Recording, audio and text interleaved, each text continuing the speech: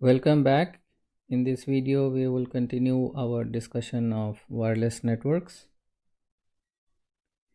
The contents of this video are first description of IEEE 802.11 networks, also popularly known as Wi-Fi networks, where we are going to focus on medium access control methods that are used in 802.11 networks. And after that, we will have a brief discussion of Bluetooth, ZigBee, cellular and satellite networks. By the end of this video, you would know what are hidden node and exposed node problems and how collisions are avoided in Wi-Fi networks. And we will also discuss how Wi-Fi networks support mobility. IEEE 802.11 is a LAN technology like Ethernet and Token Ring. It is designed for use in a limited geographical area like homes, office buildings, and campuses. The primary challenge in IEEE 802.11 is to mediate access to the shared wireless communication medium. And we are going to devote substantial fraction of this video just to understand how medium access control is done in 802.11. And by the way, this name Wi-Fi is coming from it's a trademark. It's trademark of Wi-Fi Alliance. And what Wi-Fi Alliance does is it certifies equipments to be compatible with IEEE 802.11 standard. Although 802.11 is highly ubiquitous, the standard is relatively new. The first version was released in 1997. The original standard defined two wireless physical layers. One used frequency hopping spread spectrum and the other used direct sequence spread spectrum. The one using frequency hopping used 79 1 megahertz wide frequency bands, and the other one using DSSS used 11-bit chipping sequence. Both of these were operating in 2.4 gigahertz band and provided up to 2 Mbps. In 802.11, this 2.4 gigahertz band is divided into 22 megahertz wide channels. There are 14 channels, out of which 11 channels are used everywhere. Channels 12 and 13 are banned in US, as well as 14 is also banned in US. Actually, channel 14 is used only in Japan. And out of these 11 channels, channel 1, 6 and 11 are non-overlapping. Other channels, you can find other subsets of the channels that are also non-overlapping, but the contiguous channels overlap with each other. The standard 802.11b came 2 years later. It also uses 2.4 gigahertz band, but it uses only direct sequence spread spectrum, and it improved the data rate to 11 megabits per second. After that came 802.11a, and it used 5 gigahertz band. So this is less crowded, but also it has a smaller range, and it increased the data rate further to 54 Mbps, and it used orthogonal frequency division multiplexing. Then came 802.11g in 2003. It is backward compatible with 802.11b. It uses 2.4 gigahertz band, it uses OFDM, and also delivers 54 Mbps. 802.11n was released in 2009, and it improved the data rate by a factor of 10.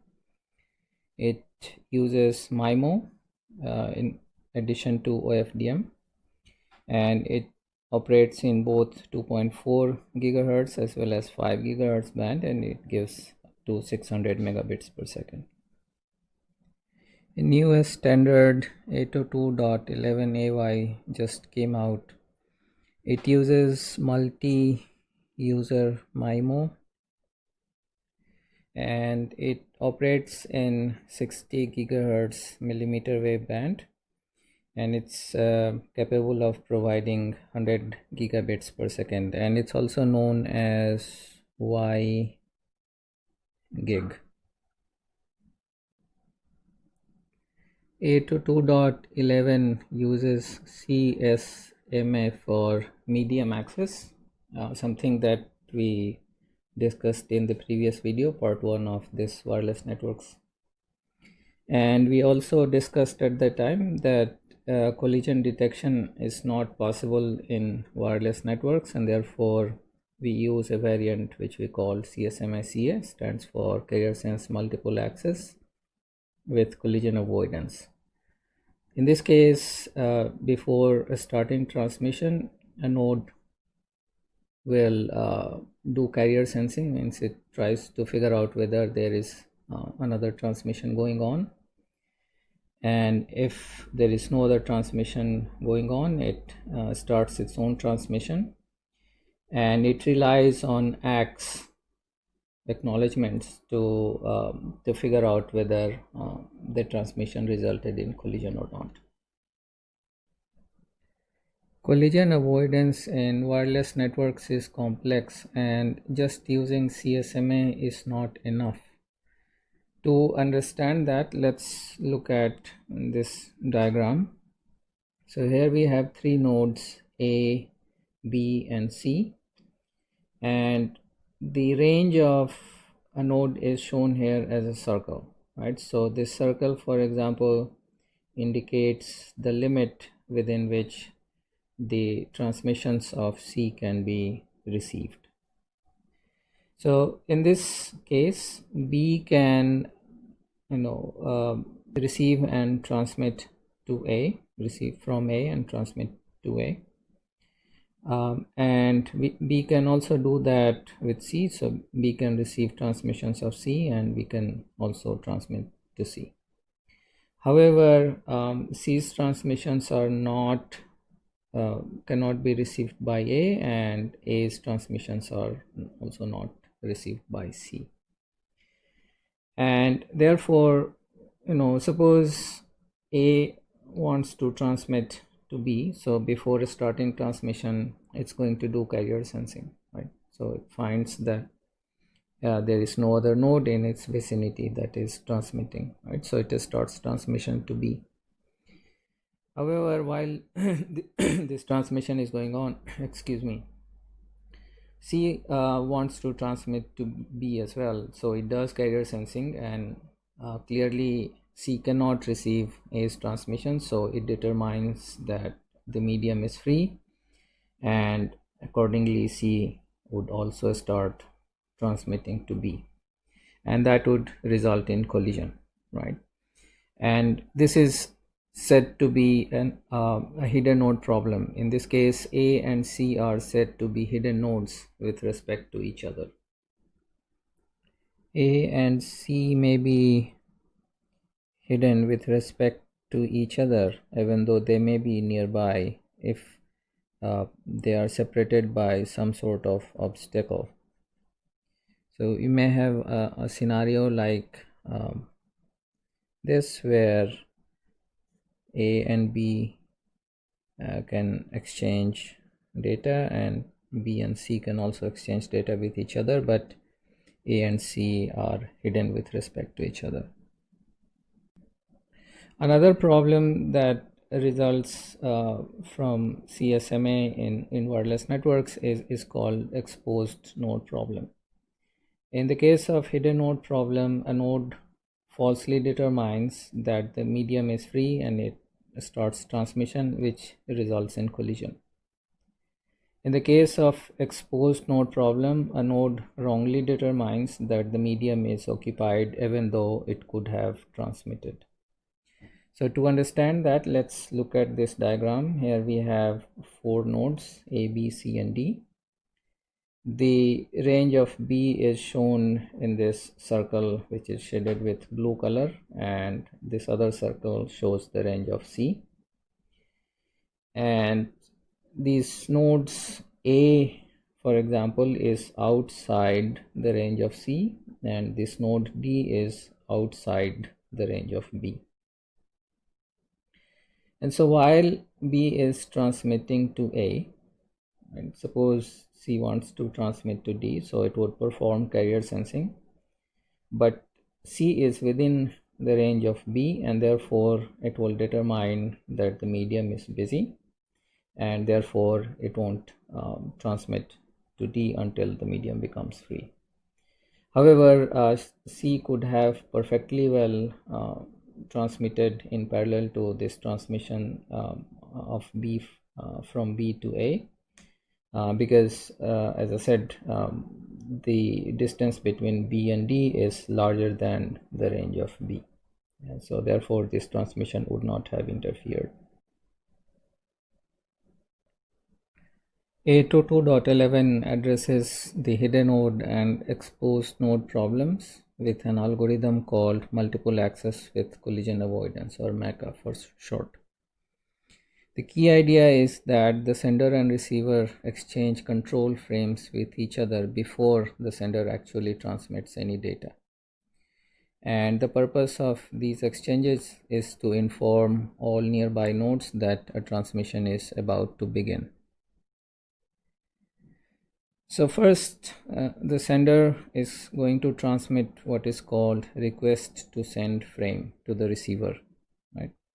And this frame includes a frame length field that indicates how long the sender wants to use the medium for the transmission.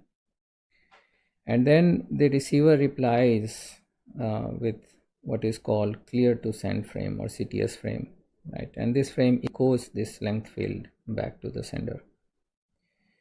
And so the nodes that here RTS and CTS, either both or one of them, would keep track of the length in what is called network allocation vector, and they would treat the medium as busy for this period. So actually they are not doing carrier sensing during this period, but they are using this network allocation vector to treat the medium as busy, and therefore this is also called virtual carrier sensing. So let us understand how RTS and CTS help us in addressing these problems of hidden node and exposed node. In the case of hidden node problem, a node that sees the CTS frame knows that it is close to the receiver, and therefore it cannot transmit for the period of time that it takes to send a frame of the length that was specified in the CTS frame. Let us go back to the diagram that we had. Okay, so here was the diagram for hidden node problem.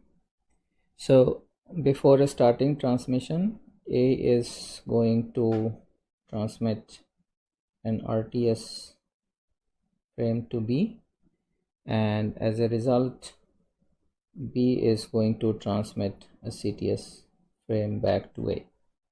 And so although C did not hear RTS, C could not have heard RTS, but because C is close to B, C will hear CTS, right? So this CTS frame is going to be heard by C as well, and therefore C will not start its transmission, right, to B that it would have otherwise done.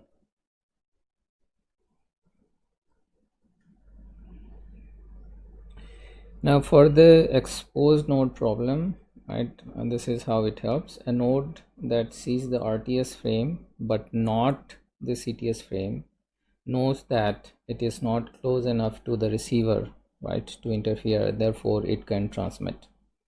But again, let's go back to our diagram, right? So before transmitting, right, B would have sent an RTS frame, right, which would be heard by C as well. But then as a response, A would send a CTS frame to B, which C will not receive because C is outside the range of A, which is not shown here, but roughly like that. And therefore C knows that C is not close to the receiver of the transmission that B is going to initiate, and therefore it can carry out its own transmission. However, nodes really keep quiet in this case, because although it's B that is transmitting to A, but after the transmission is finished, A is supposed to send an ACK back to B, and if C is transmitting in parallel, right, B will not be able to receive the ACK that was sent by A, and therefore in practice nodes remain quiet.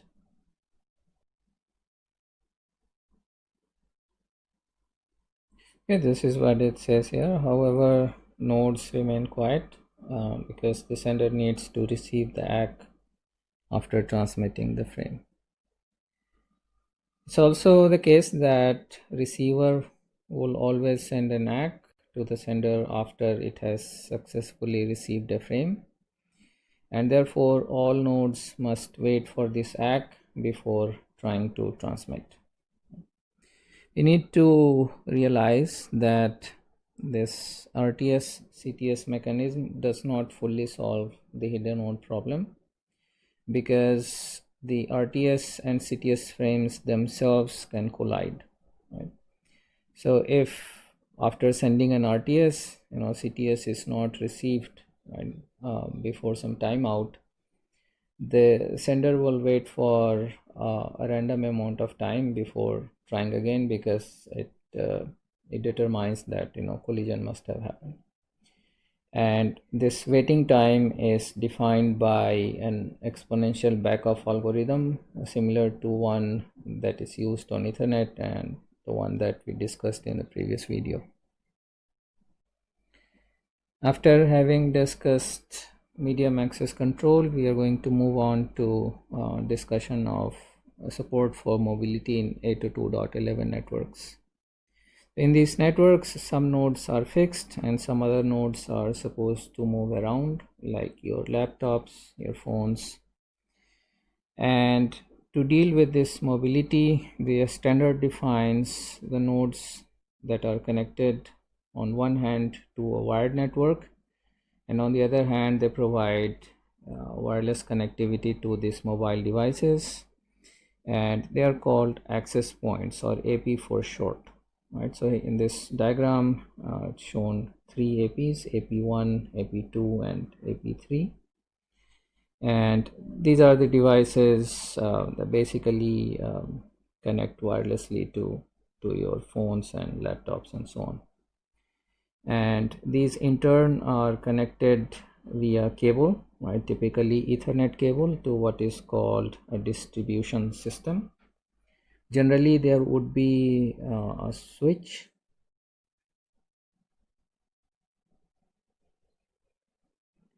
to which these devices are connected, right?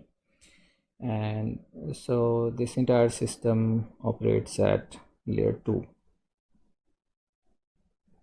In campus networks or other settings with larger networks, these switches, several of these switches would connect to a router, and the router in turn would connect to internet. But in the case of home networks, the device that people purchase, it's actually not this access point, but it's actually Wi-Fi router.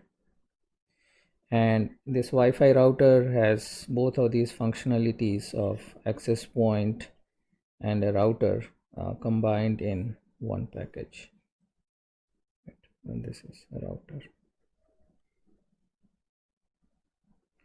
Each node would associate itself with only one access point, And so here, just to illustrate, let's suppose node A wants to transmit something to node E over here.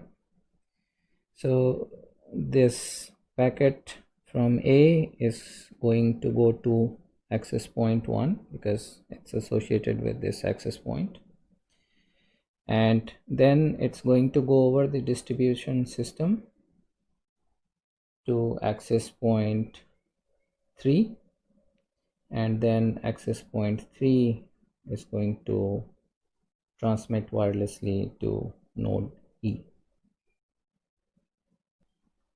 Now you might be wondering how this access point 1 knew that E is connected to access point 3. Actually, this is done using a bridging protocol that we will learn later in this course.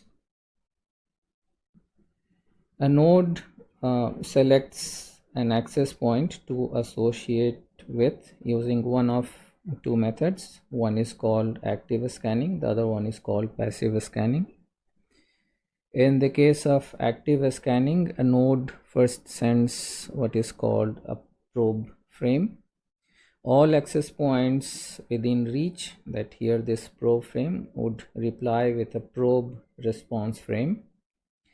Then the node that sent the probe frame would select one of the access points, right, typically based on the signal strength, and sends that access point another association request frame, right? So this is a second request that is this node is making. First was a probe frame, right? Then all the APs that heard the probe frame reply, then it selects one of them, and then it sends association request frame to one of the access points, and then that access point would reply with what is called association response frame, right? And that's the process through which a node would attach to an access point. A node would engage in this protocol whenever it joins the network, as well as when the signal from the current access point gets weak, right? So when A, for example, starts to move, right, the access point 1's signal is going to get weaker and weaker. So suppose A has moved here, right? So it won't be able to receive messages from access point 1, but here it has a choice to attach to access point 2.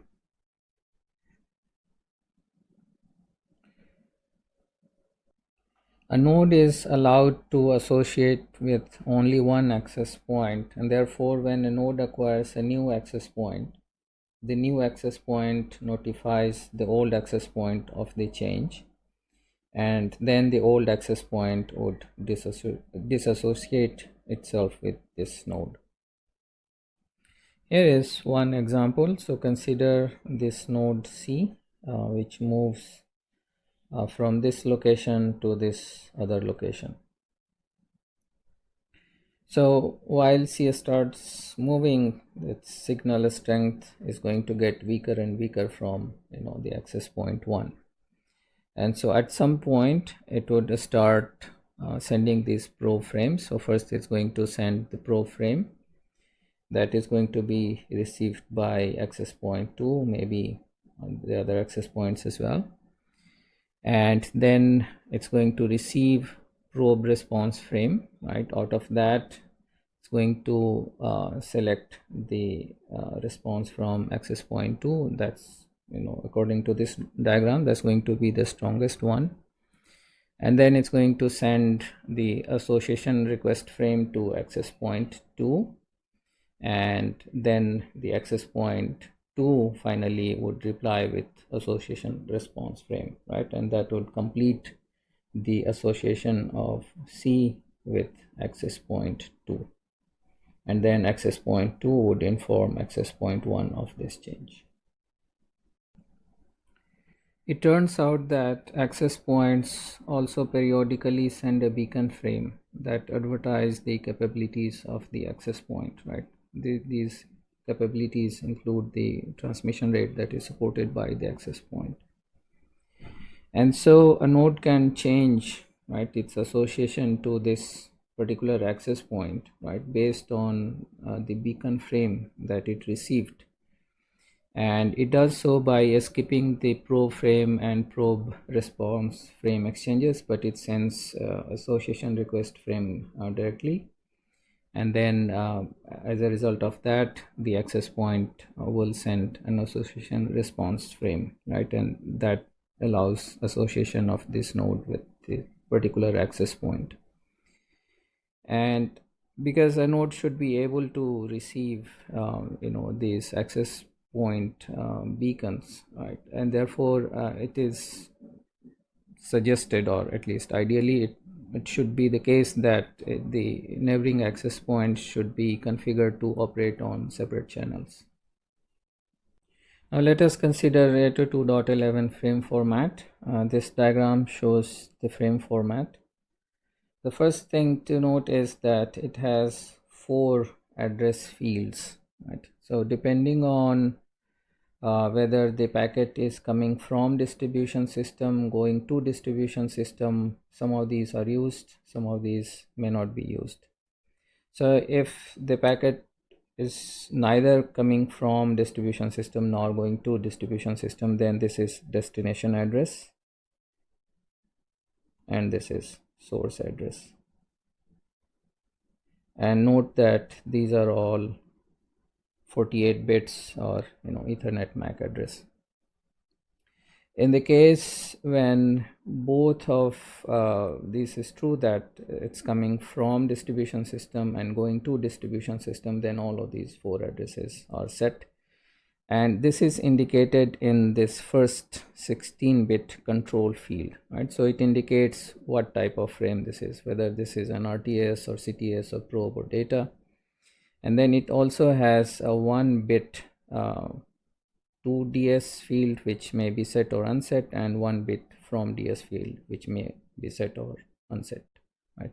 So if in another example, so suppose both of these bits are set, so the packet actually so we had this previous case, so we had, let's say, A was sending to an access point 1, then it went through the distribution system to access point 3, and then the packet was delivered to E, right?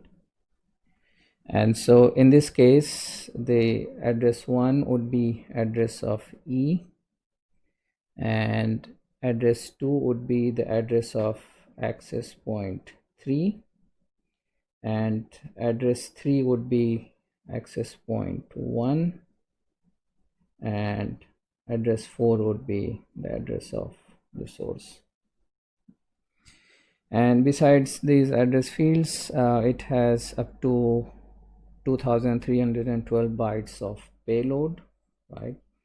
And after that there is a 32-bit CRC. Now we will begin our brief overview of Bluetooth, ZigBee, cellular and satellite networks. So the first one is Bluetooth. It's IEEE 802.11 standard.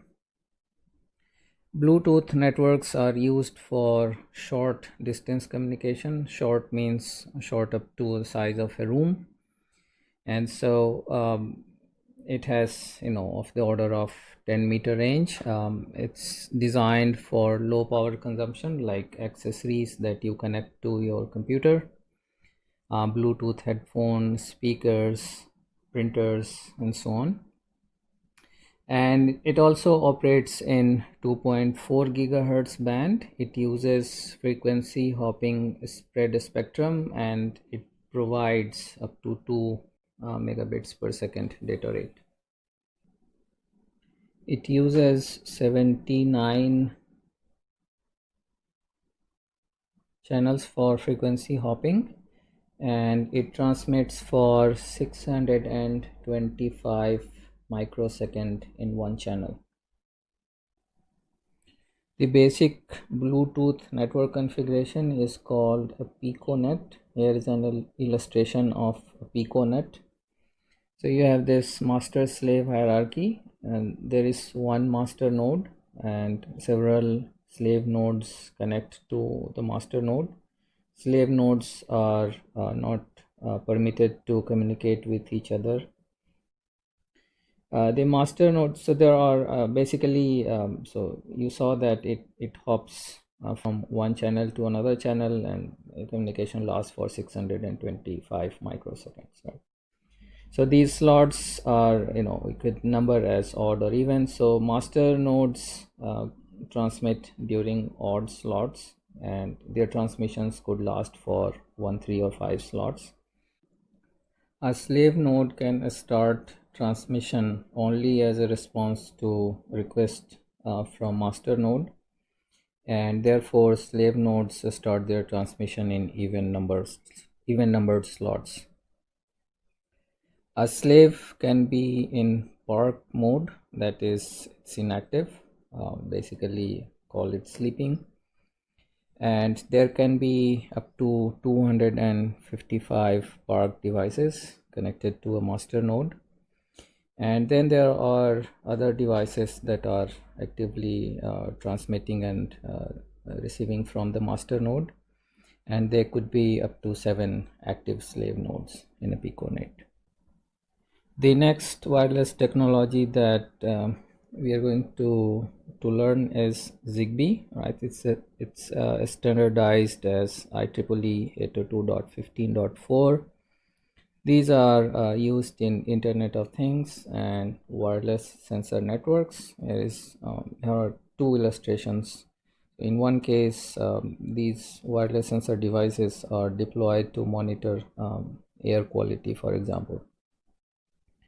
In the other case, these sensor nodes are deployed on a bridge to monitor the structural integrity of the bridge, right? So by using these sensor devices, we can do this monitoring 24/7, right? So ZigBee is designed for low data rate and low power consumption scenarios, right? So they are intended to be simpler, cheaper, and more scalable than Bluetooth.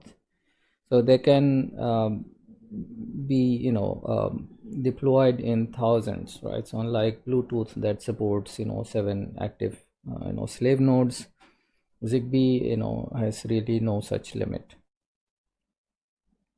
ZigBee supports both contention based medium access, where CSMA/CA is used, and also contention free medium access. So first, there is a beacon that is transmitted, and the purpose of this beacon is to synchronize the clocks.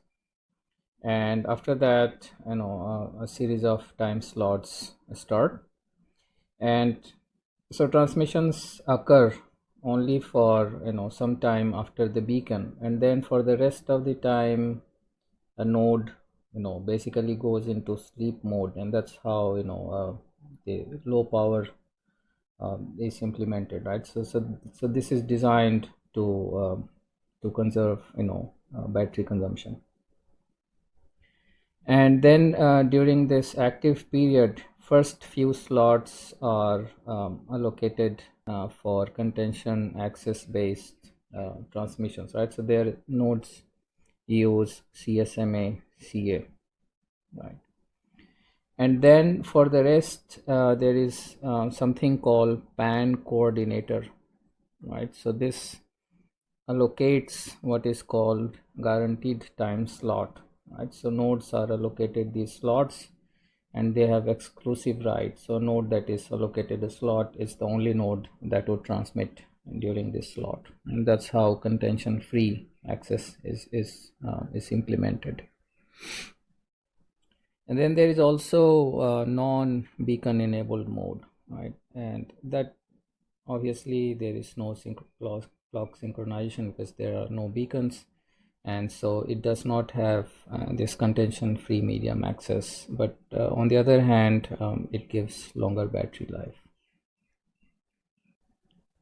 Next thing that we will discuss is cellular networks. In cellular networks, there are base stations, right, drawn like this, and they serve a geographical area which is called a cell, right? And the name derives from this mathematical model of a cell that looks like a biological cell. Now, the base station basically is the master node, right? So it controls the communication, right, that happens between the base station and the cell phones that are located nearby. And although again this is a mathematical model, but these boundaries are really not like hexagonal shape, and they actually overlap with each other, right? So there may be possible case where the coverage area of this base station is that, and this base station might be like that, and so on. However, a cell phone would only be served by one of the base stations, right? So when a user moves out of the coverage area of a base station, right? So suppose this is a mobile phone, and it's moving like that. So at some point it's going to get out of this coverage of this base station F1, and it's going to suppose land somewhere over here. And so the once the cell phone starts moving out of the coverage area of the base station, this base station would transfer the ongoing call to another base station, right? And that's called handoff.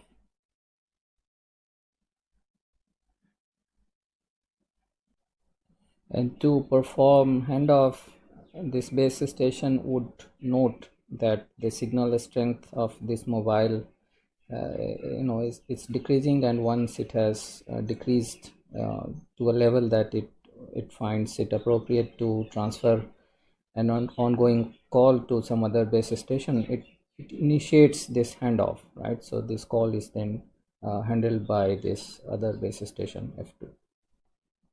Cellular networks operate in several bands, namely this 850, 900, 1800, 1900, and 2100 megahertz bands. Some other bands are going to be opened up for 5G networks. Out of these bands, 850 and 1900 megahertz bands were primarily used in North America. We have discussed before that cellular networks are categorized according to generations, starting from 1G to 4G and now upcoming 5G. For multiplexing, different generations have used different technologies. 2G and 3G used CDMA, code division multiple access, which is a kind of direct sequence spread spectrum. And 4G uses OFDMA, which is orthogonal frequency division multiple access. Our last overview is going to be of satellite communication. Satellite communications are useful in remote areas like seas, mountains, deserts, and places where putting up infrastructure is either very expensive or not possible. They are also useful in the case of disasters when the infrastructure is all destroyed. Now, the period of a satellite is given by Kepler's law, right? It goes as proportion of semi-major axis raised to the power 3 over 2. The first satellite communication is said to have happened by bouncing off radio waves of moon from a ship that was trying to communicate to a ground station. So it turns out that if we place a satellite at the height of about 36,000 kilometers, then its period is 24 hours, and the satellite remains fixed in the sky with respect to a ground station. So these orbits are called geosynchronous Earth orbits. And there are other orbits that are used for satellite communication. There is one called medium Earth orbit that has a height of 2000 kilometers, right, where GPS satellites are placed. And then there are communication satellites that are being placed these days, and those are placed in what is called LEO, or low Earth orbit. And the range of this orbit starts at 160 kilometers, goes up to 1000 kilometers. So the latency of of all of these, the latency of geo satellites are the highest because the distance from the earth is the largest. So for geo satellites, it's 240 millisecond, and it goes down substantially for LEO satellites to 1 to 6 milliseconds. In the case of satellite communication, satellite is the base station, and this is like one schema of satellite communication. So you have some computers that connect via some router through an antenna to satellite, and then the transmissions take place back and forth, right, between these computers through another antenna that is located on some other part of the world, again going through a router to internet. It's also possible that one may use what is called satellite phone, right? So these satellite phones communicate via satellite again to some ground-based infrastructure. In the case of satellite communication, there are different uplink and downlink frequencies that are used. They're typically in 1 to 30 gigahertz bands. And for medium access, it uses both frequency division multiple access and time division multiple access. To summarize, several IEEE 802.11 physical layer standards define Wi-Fi. 802.11 uses CSMA-CA and MACA, which involves transmission of RTS and CTS frames for collision avoidance. We saw that 802.11 supports mobility using what is called distribution system. Bluetooth networks use low power but they provide a small range of the order of 10 meters or so. ZigBee is for networking low data rate and inexpensive devices. It's designed to consume low power. Cellular phones connect to cellular network through base stations, right? So the base station is the entity that coordinates the communication. And lastly, satellite communication is suitable for network access in remote areas. The material that we covered in this video is discussed in detail in Peterson and Devi sections 2.6 through 2.7, and in Tenenbaum and Weatherall's book chapter 4 sections 3 through 6 and chapter 1 section 5. There is a very good discussion of satellite networks in this book, and also cellular networks. So here is a quiz for you. Which of the following options is or are correct? Pause this video and try to figure out the correct options before I show you the answers.